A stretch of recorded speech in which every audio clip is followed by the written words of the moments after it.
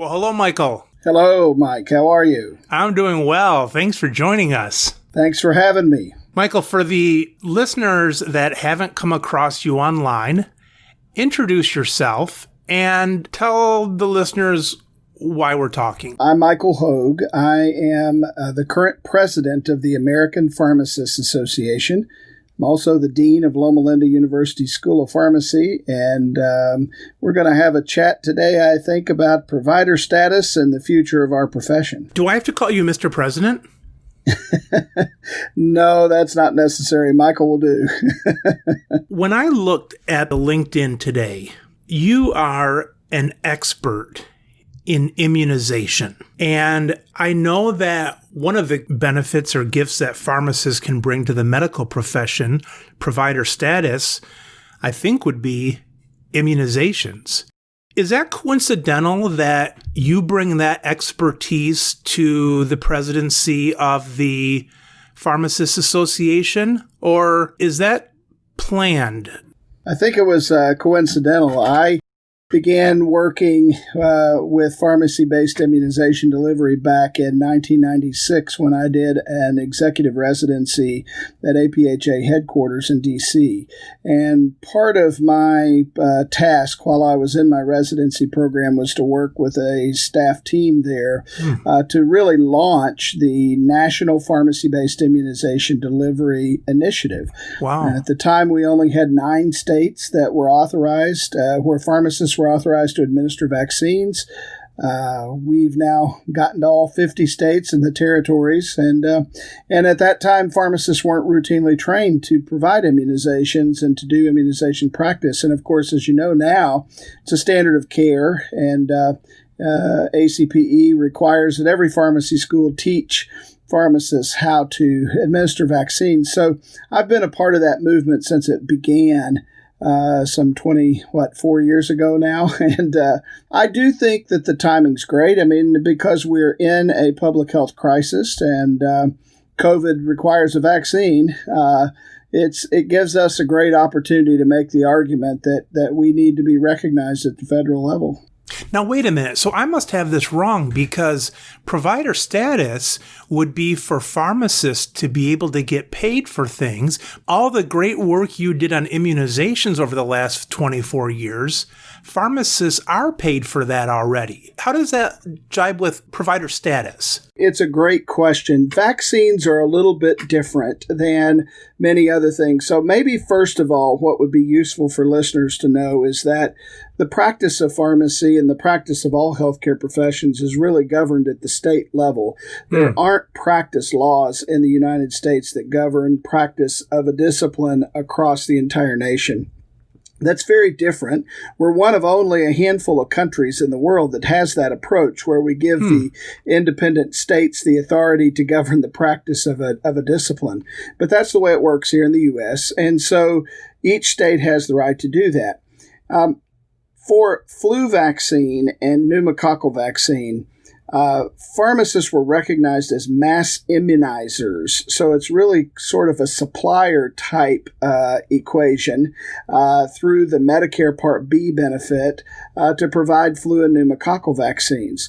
And then, of course, because pharmacists are dispensing drugs and vaccines are drugs, the Medicare Part D benefit clearly covers pharmacists giving immunizations through that benefit. So what we have here with COVID is a little bit different, because COVID vaccine is not statutorily covered, and so CMS is going to have to make decisions about how they will pay for the vaccine. And they have announced that they're going to cover it under Medicare Part B, as in boy. But now the agency is going to have to make a decision. Will they pay pharmacists to administer that vaccine? And it's in the hands of the agency at this point to make that determination as it relates to vaccines. We don't have statutory authority in the profession of pharmacy to bill Medicare Part B for pharmacist-provided patient care services, and that's what we're talking about when we're talking about the federal provider status. We're talking about getting Congress to give us statutory authority to bill Medicare Part B for pharmacist services. The reason why some of the immunizations are covered and so on is that they sort of go along for the ride in Part D? That's partially correct. Part of it is because they are drugs, and some of the vaccines are covered under the drug benefit. And then influenza and pneumococcal vaccine are covered through a special law that was passed many years ago, and that's how that's exempted. So vaccines are a little bit more complicated, I guess you could say, and but everything else in the healthcare world on the outpatient basis is covered under Medicare Part B, except for pharmacist services, and that's the thing that's missing, and that's what we're advocating for. Who's the biggest opponent of that? You know, Mike, it's really difficult to understand how anybody could oppose pharmacists' patient care services. I mean, consumers in rural communities and in urban communities across the nation are struggling with access to care, especially during the pandemic. And we have underserved communities throughout this country that desperately need additional providers in order to be able to get the healthcare services that they need. And it is just mind-boggling to me how anyone in Congress, how anyone in the administration, how anyone at the agency level, and how anyone in any role would want to restrict consumers being able to access critical healthcare services. And every single day that goes by that CMS or HHS fails to clearly articulate that pharmacists are providers, every day that goes by that Congress fails to act on this particular issue, giving pharmacists provider status under Part B, every day that goes by that the president does not issue an executive order demanding that HHS give pharmacists provider status, is another day where patients are denied critical healthcare access in their local communities from their pharmacists. It's a travesty, it's a tragedy, and it is a huge public health issue that must be addressed. And that's why we're pressing so hard. Consumers deserve to have access to comprehensive healthcare services provided by pharmacists, because in many communities, the pharmacist is all they got. They have nothing else. They have no other healthcare provider to provide those services. If I'm looking at it from the outside, I'm kind of always following the money. So in my mind, I'm saying Congress and the Senate and so on, they probably don't care all that much. Who would be losing out on this? Well, maybe the nurses and the doctors. Are they the biggest foes of this? Well, the reality is that, organized medicine has historically been very opposed to expansion of practice authority of any of the professions. The nurse practitioners have battled with the American Medical Association. The PAs sometimes have battled with them as well. And the AMA has been a problem. They just have. I don't know any other way to put it. I can tell you that in local communities throughout the United States, physicians love working with their pharmacists. They're very supportive. So how organized medicine has come to a different conclusion, I have no idea. I can't explain it. Seems like it's a highly structured lobbying keeping them out. It is, and I think the other thing that we have to recognize is that pharmacists being added to Medicare Part B as providers is not going to cost the country money. In fact, we're not taking money away from anyone, because the patients who are accessing pharmacist-provided care services are not getting care, period, anyway, in many cases. Right. They don't have access to care. Pharmacists are providing access to care to people who are being disenfranchised by our healthcare system. Our healthcare system is failing consumers left and right. It's failing our seniors, and Medicare is failing our seniors by not providing comprehensive access to pharmacist care services. And so we don't believe that this is a net cost to CMS. In fact, we believe that when pharmacists do this, we keep people out of the hospital. Heck yeah. We keep people from having to go to the emergency room to receive their routine care. And we can help reduce the overall expenditure. And we think that that's a story that we're not making it up.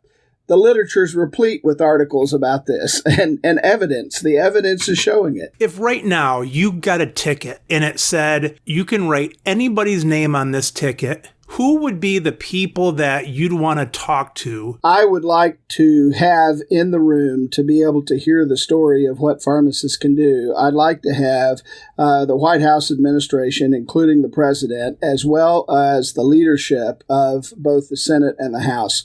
The leadership of both of those bodies. You know, Senator McConnell and Senator Schumer are leading in the Senate, but they have not given anything more than lip service, frankly, to pharmacist-provided patient care services. And we need both of them as leaders to step up and understand that this is what the American people need. And, you know, the president has been supportive, generally speaking, but we need action. And again, while people talk about all the good things pharmacists can do, for every day that we don't act, we're leaving Americans in the lurch without the services that they need. So I'd love to have in that room the president, the White House advisors related to healthcare. Of course, Alex Azar needs to be in the room as the Secretary of Health and Human Services. And then the leadership in the House and the Senate. They need to hear this message loud and clear that pharmacists must be providers under Medicare Part B. Okay, Michael, so now all these people are in the room and they've all heard it. If that happened, would you have expectations something could change, or have you been burned enough times where even if they heard about it, you still think there is a lobbyist standing outside that door telling them not to do it? Where do you think the next hurdle is besides people not hearing the message? Well, there's no question that the lobbyists are a big influence. I mean, there's just no question about it. You know, I think that probably there's a lot of dancing that goes on in Washington. Well, I know it's not probably, I know it's true. There's a lot of politicians who speak out of both sides of their mouth. They want to try to please everybody. But you know, here's the deal. The Medicare program was created 50 years ago. The laws were written a really, really long time ago. I think your listeners would be hard-pressed to identify any healthcare professional who isn't listed in that law, okay? Yeah. Except pharmacists. Pharmacists are noticeably absent. Now, how is it that a law passed 50 years ago excludes and has excluded for all of this time the single most accessible healthcare professional in our nation, as stated by HRSA, the Health Resources Services Administration? HRSA says pharmacists are located in more zip codes in the United States than any other healthcare provider. So if that's the case, and if we believe that pharmacists can provide care and are capable of doing it, and we do, and if consumers want it, and they do, then why is it that we have this continued barrier of a law that was passed initially 50 years ago? Why can we not make the simple change to add pharmacists in as providers? I don't understand it. It does not make any sense at all. The only reason that it's not getting done is because of the greed of organized medicine and the greed that exists in the politicians and in lobbyists. And there's so much greed in Washington that we're now denying people who don't have access to health care otherwise. We're denying them continued access by this charade that we're playing in Washington. And so it's time to stop the charades. It's time for us to act and to actually do something meaningful to change the health and well-being of the consumer. We can do that if pharmacists are added into the Medicare laws to allow us to be providers. Back in 1970, then, when this law was made, did it make more sense back then to leave pharmacists off of it, or do you think that was a greed issue back then? What were people thinking, if you could imagine, back 50 years ago that kept pharmacists off of that? And have we changed enough that we should be put on it? Was that a good move 50 years ago? I mean, it reflects actually a change in the profession of pharmacy. I mean, there's truly been a big change in our profession over that period of time, and I think that's what really is represented. No one thought about pharmacists needing to be providers because they saw pharmacists as the purveyor of drugs, and even in hospitals, the concept of clinical pharmacy was just being born in California back in the late 60s and early 70s. So it just wasn't a thought in anybody's mind at that time. But the profession has evolved and has changed so dramatically that we now understand that the value that pharmacists add to the system is not the pill, it's not the medicine, it's how the medicines work. You know, at APhA headquarters in Washington, D.C., if you go into the grand rotunda of this beautiful old historic building, there are two very modern statues in that building. And if you walk in the front door on the left-hand side is a statue of a pharmacist holding a mortar and pestle with a patient beside. And it says at the bottom of that statue, "From making medicines." And then on the right-hand side, the statue has a DNA strand, and it has a modern pharmacist with a child standing in front of the pharmacist, and it says, "To making medicines work." And so in the headquarters of APhA, there's this beautiful picture as you walk in the front door that says, "From making medicines to making medicines work." And that's what's happened over the last 50 years. We were making medicines when this law was passed. Now we're making medicines work. But the law has not changed to recognize that tremendous change in the professional responsibility of the pharmacist. I want provider status as a pharmacist. I want our profession to have that kind of recognition. But I just got to tell you, as the son of two parents who are Medicare beneficiaries who have serious chronic health conditions and serious underlying conditions. I mean, my mom's a cancer survivor. My father is, has a pacemaker defibrillator. My mom and dad live 3,000 miles away from me. I need for my mom and dad to have a pharmacist looking out for their medication therapy and taking care of them. I need them to do that. But guess what?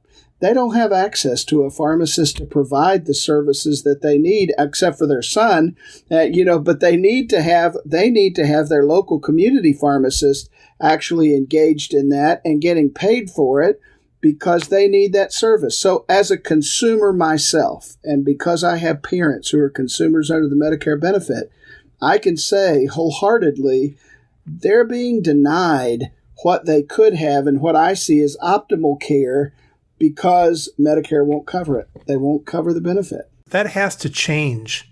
Michael, the structure of the American Pharmacists Association, I know the Michigan Pharmacists Association is the funnel down from the American Pharmacists Association. Is that the same for all 50 state associations under the American Pharmacists Association? Well, the state pharmacy associations are all independent organizations, but all 50 state pharmacy associations, as well as the Washington, D.C. Association and the Puerto Rican Pharmacists Association and the Guam Pharmacists Association, are all formally and officially affiliated with the American Pharmacists Association. So APhA has a policy-making body in its House of Delegates that's made up of representatives from all 50 states, all of the U.S. territories, as well as all of the national pharmacy associations, as well as all of the branches of the uniformed services in the U.S. And that 400-member policy-making body sits down together annually to look at the critical policies facing the profession and to make statements about that. And so that's how really the organization and structure of pharmacy comes together. I think a lot of pharmacists think that, the national associations, for example, don't get along or they're competing with each other. No, it's really not true. I mean, what I see in the last 120 days in particular is that the national associations have never worked more closely together. We've issued multiple statements jointly and together. We've worked on multiple initiatives. We have telephone conference calls almost daily among the government affairs staff of all of the associations, working hard to move forward the profession of pharmacy. So pharmacy is, in fact, a whole lot more united. Are you referring to, Michael, the National Community Pharmacists Association, things like that, when you're talking about the national heads? Yes, and we work very closely with NCPA, with ASHP, with ASCP, with the College of Neurologic and Psychiatric Pharmacists, with you name it. We work closely with NACDS even. We work closely with everyone who is helping to advance pharmacy's mission and purpose. And these associations are very much united on this provider status issue. They're very much united on the idea of increasing consumer access to pharmacist-provided patient care services. Michael, people always say, we need more pharmacists in politics, and then we need pharmacists in the national level even. In your opinion, would that help right now? Are there any pharmacists in Congress? Absolutely. We need more pharmacists involved in advocating for our profession, both in the State House and in the Congress. We have one pharmacist in the United States Congress. Representative Buddy Carter from Georgia is a pharmacist, and he is the only pharmacist in the United States Congress. And I have to tell you that if we had, 10 or 15 Buddy Carters in Congress, this would be a much easier story to tell, because there would be many more voices who would be helping Congress understand what the issues really are. The first thing that comes to my mind is they'll push more bills and things like that. But also, these people just know each other, right? They know each other as friends or acquaintances, and they talk, and they can see the respect they have for them and so on. And none of that can certainly hurt. No, absolutely not. And having pharmacists in state legislatures and in Congress is really a critical thing to happen, because there are many, many, many matters that come before the U.S. Congress that are important to pharmacists. I mean, you got to stop and think about it. Pharmacists are spread throughout our economy. I mean, we've got pharmacists in hospitals. We've got pharmacists that own small businesses. We have pharmacists that work for large corporations. We have pharmacists that own large corporations. We have pharmacists in long-term care facilities. We have pharmacists that work in the government. It's hard to imagine too many things that would come through Congress that couldn't benefit from the ideas and the insights of a pharmacist. And so, especially if there are young people listening to your show, I really want people to think carefully about who it is they believe is representing them in the halls of the State House and in the halls of Congress. How is your voice being heard? One way to have your voice heard is to be an active member of APhA and your professional specialty organization, as well as your state pharmacy association. But the other way is to actually put yourself out there and volunteer for committees and volunteer for being on political task forces. And when the opportunity comes up, run for mayor of your town, become a city council person, run for the local school board, become involved in state politics, become involved in national politics. It really is important that pharmacists do this, because if we don't stand up for ourselves, no one else is going to stand up for us. You've fired people up, but when you said get involved in your local council or your local politics, it seems so far removed from a national thing like this. And I imagine that you can see that connection, but we little people seem like we have trouble seeing that connection. What is the connection by a pharmacist joining a neighborhood association or a county commissioner or a city mayor? How does that translate to federal provider laws, for example? Now, it's a great question, and I'll tell you, it is important to remember that all politics is local. Each one of these representatives represents a specific district within a state, especially in the House of Representatives. Gotcha. And they have constituents. And, I have always made it a point to know my member of Congress. I shake their hand. I meet them. I know them on a first name basis. I make sure that, and when I owned a pharmacy, I made sure that my congressman was in my pharmacy and had a chance to see what the issues were in pharmacy. Really? I go to their political breakfasts. Doesn't matter what party they're in. Really, it doesn't. It's not a party dependent thing. Yeah. I don't care what party you're a part of, as long as you support pharmacy. That's what I'm interested in. Right. And so we take time to get to know on a local level. And then, I had the experience, as you know, I've recently moved to California after living in Alabama for many, many years. And I had the opportunity this last week to do some advocacy with my former state representative in Alabama, because he and I are on a first name basis. And we have each other's cell phone, and I don't abuse that privilege. But I reached out to him and asked for his specific support around provider status, and he gave it to me. He gave me the support that we were looking for. That comes with a relationship, and anybody can have that kind of a relationship with their congresswoman or their congressman. All they have to do is just reach out and say hello. That's really where it starts. It starts with a hello. So you're telling me that every pharmacist owner, if they wanted to, they could be maybe or maybe not on a first name basis, but they could know their congressperson and their two senators representing them federally? Absolutely.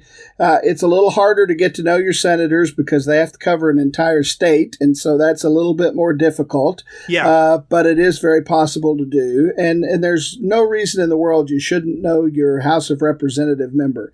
Again, Gotcha. There's so many issues that come up that are related to pharmacy. Provider status is the current one, but we've got tons of other issues that affect pharmacists and the business of pharmacy. And we need to be able to know these people and talk to them and ask and be able to advocate effectively for what it is we are trying to accomplish as a profession. And, I think, Mike, the other point about that is it's critical that we support our state pharmacy associations by joining, and we support APhA by joining. And I'm saying this with all sincerity. We're a part of a profession. We're a part of something bigger than ourselves. And yeah, sometimes we're too busy to be able to do the things that you and I have been talking about in terms of advocacy and getting involved. Yeah. But what we're never too busy for is to support our profession through our membership, because when all pharmacists join and are a part of something, then those associations can take that voice that we need to have but maybe don't have time to have, and we can amplify it, and we can make it bigger. Does the profession of pharmacy, not manufacturers, but does the profession of pharmacy have lobbyists that are lobbying against something just like the AMA is lobbying against us? Yeah. You know what I'm saying? Right. Is there anybody we're trying to block or anything? Well, to be honest with you, Mike, there are very few laws that come before the U.S. Congress that we find ourselves having to fight against. Occasionally, it does happen. But what does happen more frequently is the federal agencies like CMS and FDA and the DEA will try to adopt rules that could really negatively impact our profession.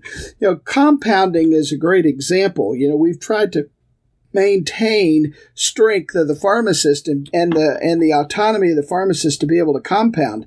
But that's been an uphill battle with the FDA, and the FDA has many times attempted to institute rules and promulgate those regulations on pharmacy. And we've been effective as a profession, as professional association, having our people intervene and stop those erroneous regulations from going into effect. And more times than not, we're successful at putting the brakes on those things. And for all intents and purposes, as it relates to the everyday practice of pharmacists and the business of pharmacy, regulations have the same effect on our daily practice as a statute or a law. So regulations are critical, and being able to impact regulation just as important as being able to impact laws themselves. It kind of seems like anybody that's under like a permit or something like that has dealings with more regulations. Absolutely. And the pharmacy business is a highly regulated business, no question about it. So, Michael, you're now in California, and I imagine you've got to take some physical trips. COVID's, I guess, a different issue. I imagine you got to take some separate trips over to D.C. How often do you have to? Well, actually, right now, I'm not traveling to D.C. on a regular basis simply because it's just not safe to do so. And last week, the D.C. government adopted a quarantine order for individuals from California who come into D.C. Unless you're coming in to work with Congress, you have to quarantine for 14 days. So essentially, that put a stop to any trips that I make to D.C.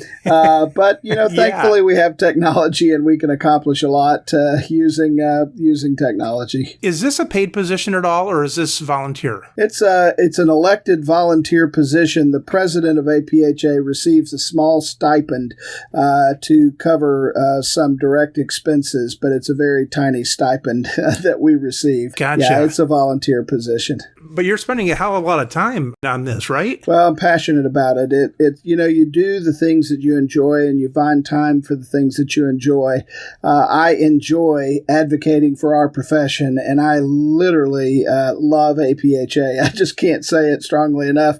And because I have this deep-seated passion, it's an honor and a privilege to serve. It really is a joy for me. So I don't see it as work at all. I see it as just a privilege and an honor to be able to do it on behalf of the profession. And I get up every day excited to be able to advocate for the profession of pharmacy. When this is done, I know they probably don't fly you out on a helicopter or something, but it's got to be kind of like a cliff that you almost fall off after being so busy for the year. Or I imagine do you stay as busy almost the next year, kind of helping the new administration come in? Yeah, so serving as president of APHA is a 3-year commitment. You serve a year as the president-elect of the association, a year as president, and then a year as immediate past president on the board. So it is a 3-year cycle. Definitely your year as president is your most intense year that you're involved. But I'm the 165th pharmacist in American history to be the president of APHA. So it's kind of a neat thing to get to do. So it's an honor, and my thought is I get to do this once in my lifetime. I'm going to give it everything I got for as long as I can. Is there an unofficial spot, like the year before you're president-elect? What kind of people are those? Are they like in a certain position, or could they like pick someone out of a cornfield somewhere? Yeah, any member of APHA can seek the office of president of APHA. Most people who do so are people who've been involved with APHA at some level, but we have pharmacists from every walk of the profession. Just a few years ago, we had our very first nuclear pharmacist who became president of APHA, Nikki Hilliard from Arkansas. We've had federal U.S. Public Health Service pharmacists that have been president of APHA, and George Archambault and Lisa Tonry. We've had independent pharmacists, and there's too many names to mention there, who have been president, chain pharmacists, academic pharmacists like myself. There's hospital pharmacists that have been president of APHA. So literally everyone. Every walk of pharmacist has been president. Colonel Eli Lilly was the president of APHA at one time, just as a point of reference. Oh, is that right? Yeah. That's really cool that all the different areas have actually been president of this association and not just a sister association. In fact, we've had several presidents of APHA who also served as president of another pharmacy association at some point previously and then became president of APHA later. Independent pharmacists that listen to this, a lot of times are listening on their way to work or on their way home. And they've had pretty tough few years. What makes it tougher is looking into the balance in the checkbook and seeing that maybe red, or if it's black, it's probably lower than it has been in a long time.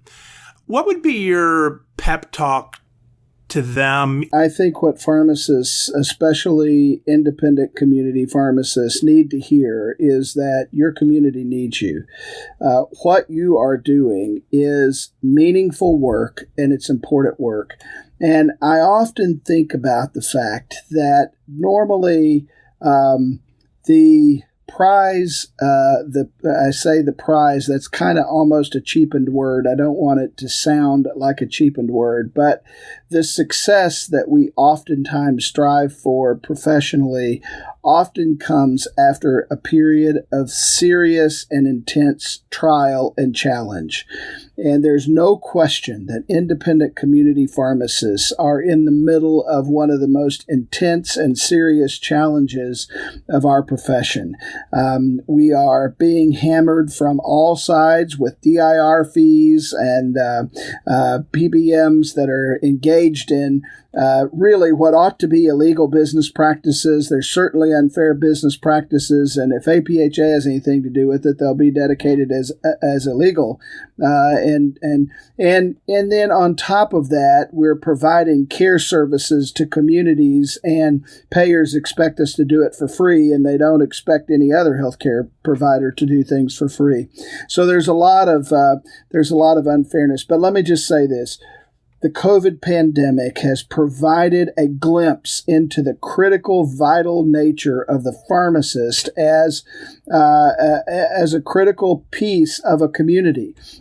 We can't afford to lose that critical component of our communities in our independent pharmacies. We just can't. And I think that the legislatures, the governors, the consumers are starting to wake up and say, hey, I have to have my pharmacist. Let's fix this system and get us into a position where the pharmacist is, in fact, available. So I would just encourage you, pharmacists. I know it's tough right now. Hang on. Hang on. Just tie a knot in the rope. We're working hard. I can tell you we're working very hard at the federal level to try to get these changes incorporated that get DIR fees out of here, eliminated. Get provider status enacted so that you can get paid for the true patient care services that you're providing. You should be able to get fair reimbursement for the product that you're providing, and you should be able to get compensated for the service you're providing. This will turn around the economics of independent pharmacy practice. This will turn around the practice. It's going to happen. I have a very good feeling about where we're at right now.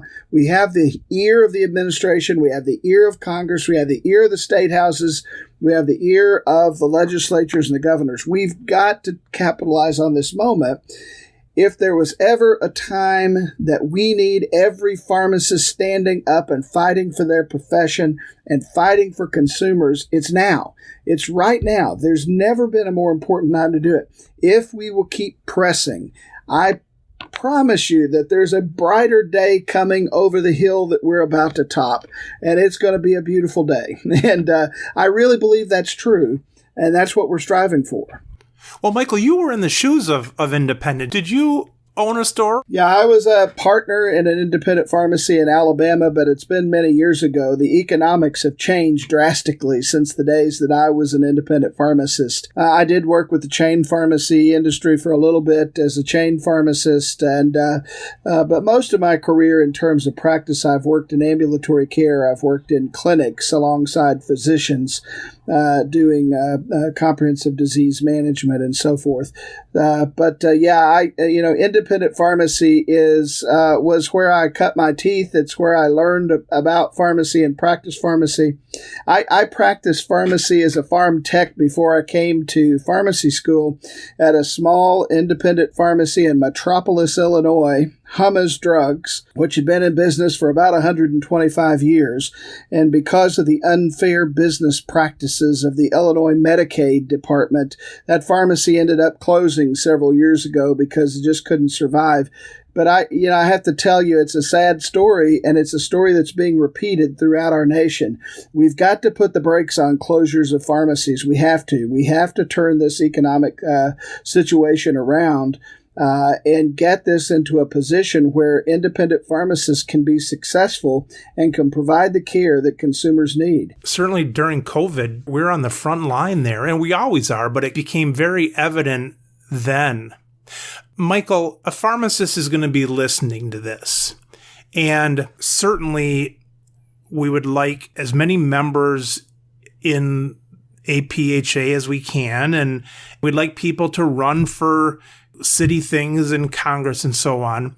What's the most effective thing a pharmacist can do if they have their phone in their hand listening to the podcast right now, or they're at their desk listening to the podcast, or they're going to be at their desk? Is there anything they can do on the computer as far as an email, reaching out, doing something? And let's say they've got like 10 minutes to give to this. What's the best thing they can do right now that's going to affect the federal level over the next, let's say, 30 days or something? What can they do at their computer? So right now, one thing that we need every pharmacist to do is to go to pharmacist.com. That's pharmacist.com. And on the right-hand side of the pharmacist.com website is a Take Action button. They need to click on the Take Action button. And within 2 minutes, just put your name, address, and email in, and this will generate an automatic letter to your specific members of Congress. That means your senators and your House member, and will generate a letter to them asking them to take positive action on provider status. That's number one thing that you can do. That's easy, takes 2 minutes. Let me be devil's advocate on that. Yes. It's easy and it takes 2 minutes, which is what I was recommending, but does that make an effect on anybody? I know it's not a vote, but do they see the numbers? Yeah, they actually do. You can take a little longer than 2 minutes. I mean, if you really want to make it even more effective, you can edit the text of the letter. When the letter pops up, there's a place in there where a pharmacist can say, I want you to do this because here in my town, and list the name of your town, this is what I'm doing for my patients. And if we don't put provider status in place, I won't be able to provide this service for my patients any longer. And so you can personalize it, again, by just taking the same link, pharmacist.com, Take Action Center, and then when the letter pops up, before you hit submit, type in a couple of sentences about your own personal story. Then your congressperson will see that this is a personal letter, and it's coming from your heart. And so I really still think, Mike, that this is a very effective way to reach your member of Congress. The second thing that I would say that is important to do is if you've got 10 minutes, make a phone call, a telephone call to your member of Congress. And what I mean by this, it really is fast. It doesn't take long at all. You can call the switchboard of Congress at the U.S. Congress. You can call the switchboard and say, I want to be connected to Senator so-and-so's office. A staff member will pick up the phone. And when the staff member picks up the phone, you need to say, hi, I'm Michael Hogue. I'm a constituent. I live in Yucaipa, California, and I'm one of your constituents. And I want the congressman to know, or I want the congresswoman to know, that I expect that she support pharmacist provider status under Medicare Part B, and I expect that the congresswoman will support a bill that eliminates DIR fees. And it's very important to me as a pharmacist. And I can tell you, I've made those calls many, many times. It literally takes 3 minutes, maybe 5 minutes to be able to have that quick conversation. You're not going to get to talk to the congressperson. You're not going to get to talk to your senator, but you will get to talk to a staff member and let your voice be heard. I will tell you, I've actually been in the halls of Congress. I've been in the offices of these Congress people when a vote is about to happen on the floor of the House or a floor of the Senate, and their staff are taking calls minute by minute. The phones are ringing off the hook, and they literally have a tally sheet, yay or nay, Yay or nay? And they're making marks, and they're saying, the yays, the constituents of our district are 2-1 saying that they want this thing to pass, Senator, and they're literally marking down what kind of support they're getting. So don't underestimate the power of an old-fashioned phone call to a member of Congress and the difference that could actually make in helping us get across the finish line. Yeah, because the difference of that, it's like, especially in those cases, it's not like a bunch of neighbors of mine are going to be calling and say, yeah, but we're yay for DIR fees. That's right. They're not getting those calls, so any one call you make on that is going to flip something 100%. It's not just going to compete against the negative. It's going to be 100% in the right direction. Absolutely right. Mike, I just cannot tell your listeners enough how critical it is right now to make those phone calls to Congress and to write those letters. Making a phone call will have so much impact in the coming few days, especially in the coming weeks. Congress is going to be passing another bill related to COVID. And whether pharmacists are in it or not is going to largely depend on whether or not members of Congress have heard from pharmacists. They're going to want to know, are their constituents interested in this issue? And if they hear enough from their constituents that this is an important issue, then they'll support it and they'll even drive it. They'll even be happy to drive the train to get it done if they feel like their constituents think it's important enough. So we've got to fight. We have got to fight. Get your pharmacy techs to call. Get your pharmacist to call. Get everybody that works for you to make a phone call. You can exponentially impact our ability to get the provider status language passed and the DIR fee language passed by simply picking up the phone. It's a simple thing to do. And Michael, for people that aren't used to calling or don't think they can call, I imagine you've never told anybody this, and then after they called, their head exploded or they've dropped dead from fear or something. I bet the afternoon goes on, even after they've made a call that might be uncomfortable for them. Yeah, and there's no reason to be uncomfortable. Let me just tell you, most of the people working in Congress put their pants on two legs, one leg at a time. They are no different than me and you, common, average, everyday people, and they appreciate hearing from constituents in the district just as much as the congressman or the congresswoman does as well. Yeah, their job is really to listen to us, to get those calls. It is. That's why they're there. They're there to listen and they're to act on our behalf as their constituents. A couple years from now, somebody says, Michael, you've been working so hard, and now we need you to do something. You're going to do something from 9 to 5. It can't be traveling with your family. It can't be working anything with pharmacy. It's got to be a hobby or something that you've wanted to do. And they say you've got to do it for 40 hours a week for a year. What's that going to be for you? Well, that's a great question.